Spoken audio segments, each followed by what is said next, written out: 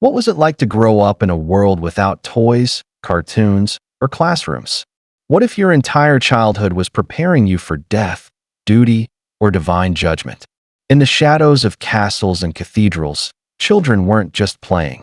They were being shaped into tools of survival, symbols of power, or silent sacrifices to a world that demanded obedience. This is the untold story of medieval childhood that we begin not with knights, kings, or scholars, but with the smallest figures hiding in the margins of medieval manuscripts. Children, often overlooked, rarely mentioned, they flicker at the edge of history, like candlelight in a drafty hall. And yet, their lives shaped the very foundation of medieval society. Strip away the armor and crowns, and what remains is a civilization constantly renewing itself through its youngest, sculpting loyalty, discipline, faith, and identity, one fragile life at a time. Modern minds tend to flatten the past, imagining medieval children as miniature adults in rough tunics, working in fields, mimicking their parents, or being married off before they could spell their names. But the truth is far stranger and far more human. Childhood in the Middle Ages was not just hardship and silence. It was a paradox, filled with brutal expectation and surprising joy, ignorance and ingenuity, vulnerability and resilience, in a time before standardized schooling, structured schedules, or even the notion of teenagers. Play was not a luxury. It was a mirror held up to the future. Children of peasants and princes alike engaged in games that revealed more than entertainment. They were lessons coded in movement and mimicry. Board games like Nine Men's Morris, Alkirk, and early versions of chess weren't mere pastimes. They were tools for strategy, hierarchy, and order. A boy who learned to play well might one day learn to rule. Dice games, viewed by the church with suspicion, nonetheless flourished. Gambling taught risk, chance, and cunning, even if it sometimes cost a child more than just coin. Outdoors, the fields and commons became arenas of physical trial. Mock battles with wooden swords, wrestling, foot races, and archery practice. These weren't just diversions. They were training. For the peasant child, they prepared the body for toil. For the noble child, they prepared the spirit for war. But games were never neutral. They reflected the rigid scaffolding of medieval society. Girls rarely engaged in combat games. Their role was curated from birth, shaped for future domesticity or political alliance. They were taught rhythm and restraint, weaving and watching, always preparing for an adulthood that would come too soon. For boys, even play foreshadowed responsibility, practice for leadership, endurance, and command. The most privileged of children, the sons of nobles and wealthy merchants, sometimes experienced a more formal path of education, though it was anything but uniform. In cloistered monastic schools and cathedral classrooms, boys learned Latin, rhetoric, and theology under the watchful gaze of stern monks. These lessons were not only about knowledge, they were about submission to a higher order. Each word memorized was a brick laid in a moral and spiritual fortress, in places like Charlemagne's Palace School or the monastic centers of York and Canterbury. Childhood was a furnace. Boys as young as 7 were introduced to the idea of eternal damnation, the weight of sin, and the expectation of obedience. Discipline was severe. Canings, silence, and fasting were tools as essential as ink and parchment. But even beyond monasteries, the apprenticeship system functioned as another form of rigorous education. For the child of a blacksmith, carpenter, or brewer, knowledge wasn't passed down in books, but through calloused hands and endless repetition. By age 10 or 12, a child might leave home and enter another household, sometimes hundreds of miles away, to serve a master craftsman. These were not just jobs. They were initiations into the adult world, with its secrets, its hierarchies, and its rules. Guilds across medieval Europe, whether in Florence, London, or Ghent, maintained strict controls on how knowledge was transmitted. Children were bound by oaths, watched closely, and expected to rise through the ranks with discipline and loyalty. Girls, meanwhile, learned from mothers, aunts, or older sisters. Spinning, dyeing, cheesemaking, healing with herbs. These were the quiet technologies of survival, passed down in kitchens, gardens, and whispers. But not all learning happened under supervision. In alleys, forests, and fields, children explored the world as raw experience. They watched how the stars shifted across the night sky, how bees returned to hives, how a plague-scarred face turned from the sun. They listened to stories of saints, of monsters, of kings turned to beggars, and learned the ancient art of caution. Some would die before they reached adulthood, but many more would carry this knowledge like talismans against the unpredictable world. And then there was the family. Not a shelter, always, but a crucible. In noble households, children were often sent away at age 7 to serve as pages in other courts, cutting them off from parents, sometimes permanently. For peasant children, family was less about affection and more about cooperation. Toddlers were weaned early and set to work. By 5, they fetched water or kept watch over livestock. Childhood was short, and expectations were relentless. Still, affection existed. Carvings on church walls, scattered letters, and poetic fragments suggest tenderness. Fathers blessing sleeping sons, mothers mourning lost daughters. Toys, yes, real toys, have been found. Miniature cooking pots, rag dolls, carved wooden animals. Children sang, laughed, and daydreamed, just as they do today. Even in a world of hardship, wonder bloomed. But medieval society didn't just observe children. It crafted them, molded them. Through song, ritual, punishment, and prayer, the child was transformed into the vessel society required. Obedient serf, pious nun, loyal knight, silent daughter. The very concept of childhood, as we know it today, was yet to be born. And yet, beneath the surface, something timeless stirred, a spark of curiosity, imagination, and quiet rebellion that no amount of doctrine could fully suppress. Part 2 will continue with this transformation, how monastic schools, chivalric codes, and brutal apprenticeships shaped not only minds, but entire futures. We'll uncover how forgotten manuscripts and forbidden philosophies guided the education of the few, and how the many survive through memory and myth. Imagine a narrow stone chamber. The windows are small slits in the wall, the air tinged with candle smoke and damp parchment. A boy sits at a wooden desk, quill trembling in hand, copying a Latin verse he cannot fully understand. Outside, a bell tolls, calling monks to prayer. Inside, the weight of silence is a discipline all its own. This was the reality of medieval monastic education, an environment shaped as much by fear as by faith. To be a child within these walls was to enter a universe of absolute order, where knowledge was sacred and tightly controlled. At schools run by Benedictines or Cistercians, learning was not about inquiry, it was about obedience. Every gesture, every word, every thought was to be aligned with divine purpose. Students learned to read and write in Latin, the language of the church and the gatekeeper of all legitimate knowledge. But even that came with caveats. Access to text was strictly limited. The Bible, Augustine, Boethius, and Aristotle, in filtered forms, were permitted. But other works, pre-Christian philosophies, forbidden sciences, and esoteric mathematics, were hidden away, if not destroyed outright. And yet, some of it survived, in remote corners of Europe, particularly in the libraries of Moorish Spain. The ancient world whispered through forgotten manuscripts. Translations of Greek, Persian, and Arabic texts circulated in secret among scholars, passed hand to hand in dim scriptoria, copied by trembling novices. For those few children of nobility who would become clerics or scholars, fragments of forbidden knowledge flickered at the edge of their instruction. Astronomical tables, surgical diagrams, even alchemical treatises, all wrapped in religious language to mask their origins. It is here, in the tension between doctrine and curiosity, that the mystery deepens. Education in the medieval world was not just a tool, it was a battleground. Monastic schools sought to impose uniformity, chant, copy, confess, repeat. But within the margins of their own teachings were contradictions.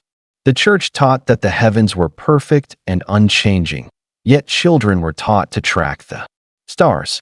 They were told all wisdom came from Scripture, yet were trained in Aristotelian logic. Why?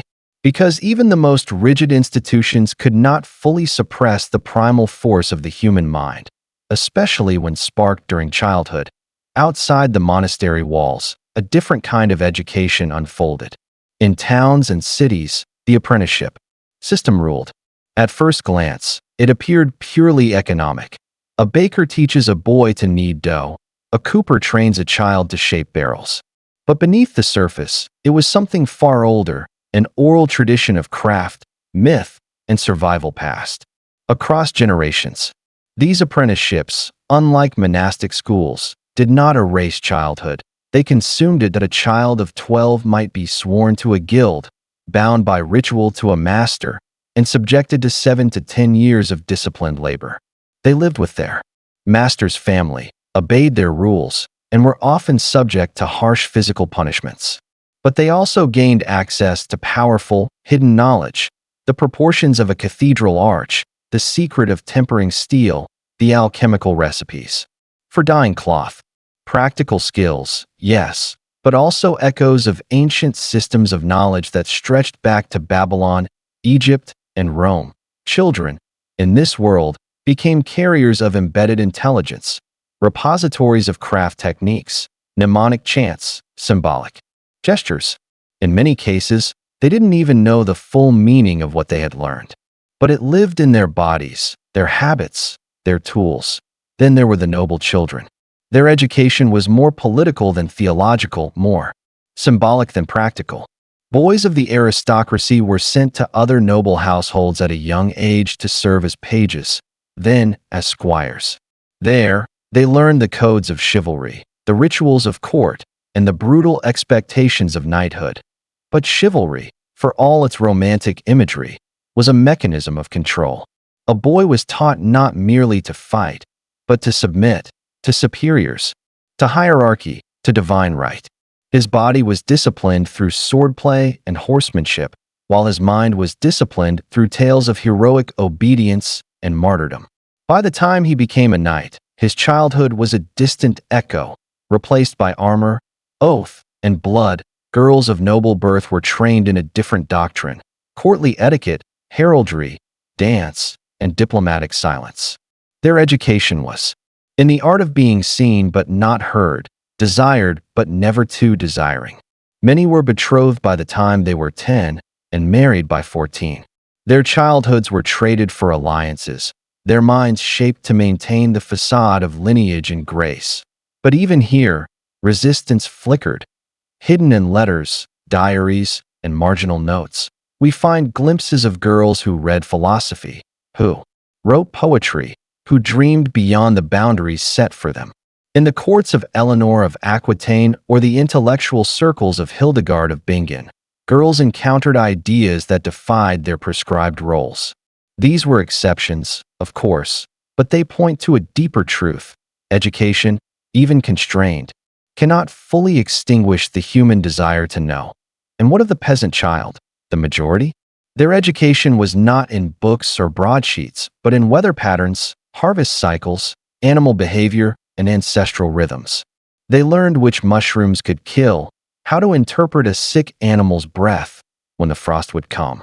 This knowledge, though ignored by official histories, was no less vital, and in some ways, more enduring. From their parents, they learned the language of the land, the signs of drought, the timing of planting, the dangers of illness.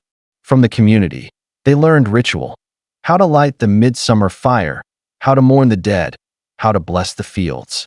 Their education was in survival, and in the stories passed down with it. Tales of saints, spirits, lost cities, and warnings. Not to stray too far into the forest.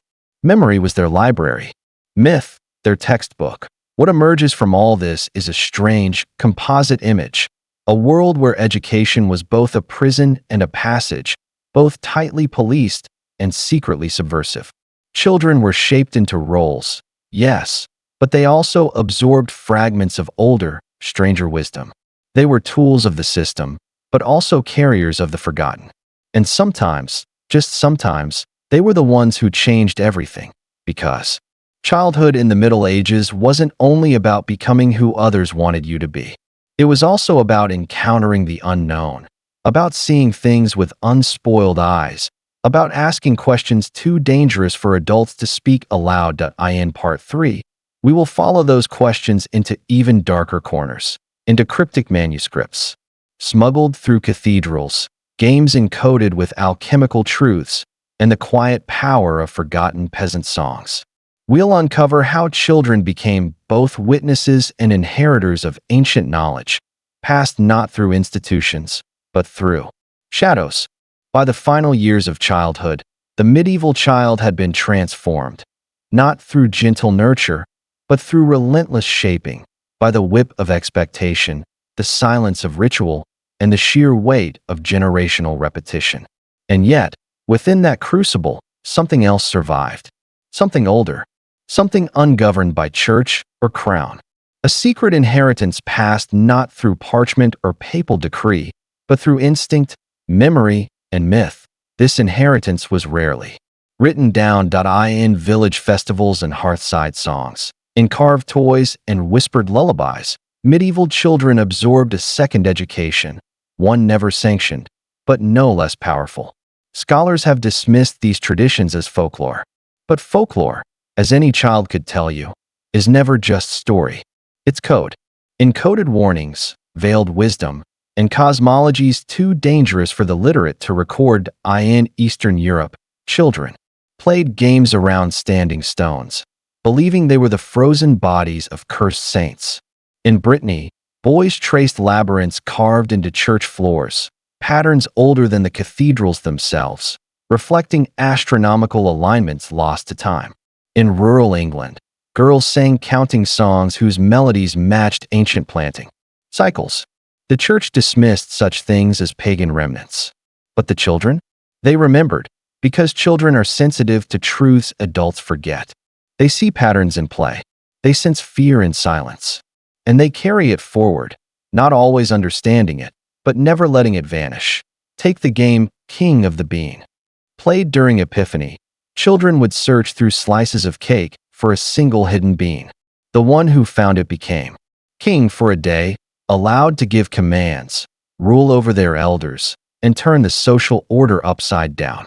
To many, it was harmless fun, but others saw a ritual echo of Saturnalia, of inverted hierarchies, of the ancient idea that power itself is a masked, or consider the mysterious alphabet stones found in several abandoned monastic schools. In Ireland, etched with runes, not Latin letters, their meanings still debated. Were they teaching tools, divination aids, or remnants of a pre-Christian symbolic language once taught to the youngest before being erased by ecclesiastical standardization? In these traces, we glimpse something extraordinary, that beneath the rigid systems of medieval education, monastery, guild, nobility, ran a subterranean stream of ancient knowledge, kept alive by children too young to question, too innocent to censor. And occasionally, these children grew up and remembered. The poet Chrétien de Troyes, famous for the Arthurian legends, hinted in his writings that the tales were inherited from an old book he had once read in childhood, now lost to history.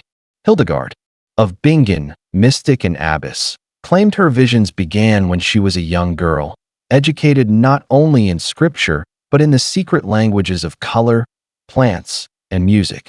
And Giovanni Pico della Mirandola, father of Renaissance humanism, once said that the questions that shaped his philosophy came not from the university, but from the strange riddles told to him as a boy. Childhood, in this light, becomes not a blank slate, but a hidden archive, and medieval society, for all its cruelty and constraint, became the unwilling custodian of mysteries it didn't fully understand. The irony is haunting. In its quest to shape children into obedient replicas of the past, it accidentally made them vessels for a different future, one filled with half-remembered myths, unspoken truths, and questions still echoing centuries later. What did it truly mean to grow up in the Middle Ages? It meant to live a life few today would recognize. A life forged in hardship, yes, but also wonder. A life where joy was fleeting but profound, where games were lessons and lessons were cages, where every child was both apprentice and witness, too. Systems of power, yes, but also to something deeper. The persistence of the human soul beneath domination. They were not just passive recipients of culture. They were its silent carriers, its underground archivists. And in that silence, they kept alive the traces of worlds we have only begun to rediscover. The next time you see a child at play, chasing shadows, drawing symbols in the dirt, asking questions that cut too close to truth. Remember this: the past is not buried in books. It's encrypted in innocence, and sometimes the most forbidden knowledge begins in childhood. If this journey into the hidden lives of medieval children sparked something in you, some forgotten question, some strange feeling of familiarity, consider sharing this story. Like it, comment with what surprised you most, and subscribe for more cinematic explorations into the secrets buried beneath official history.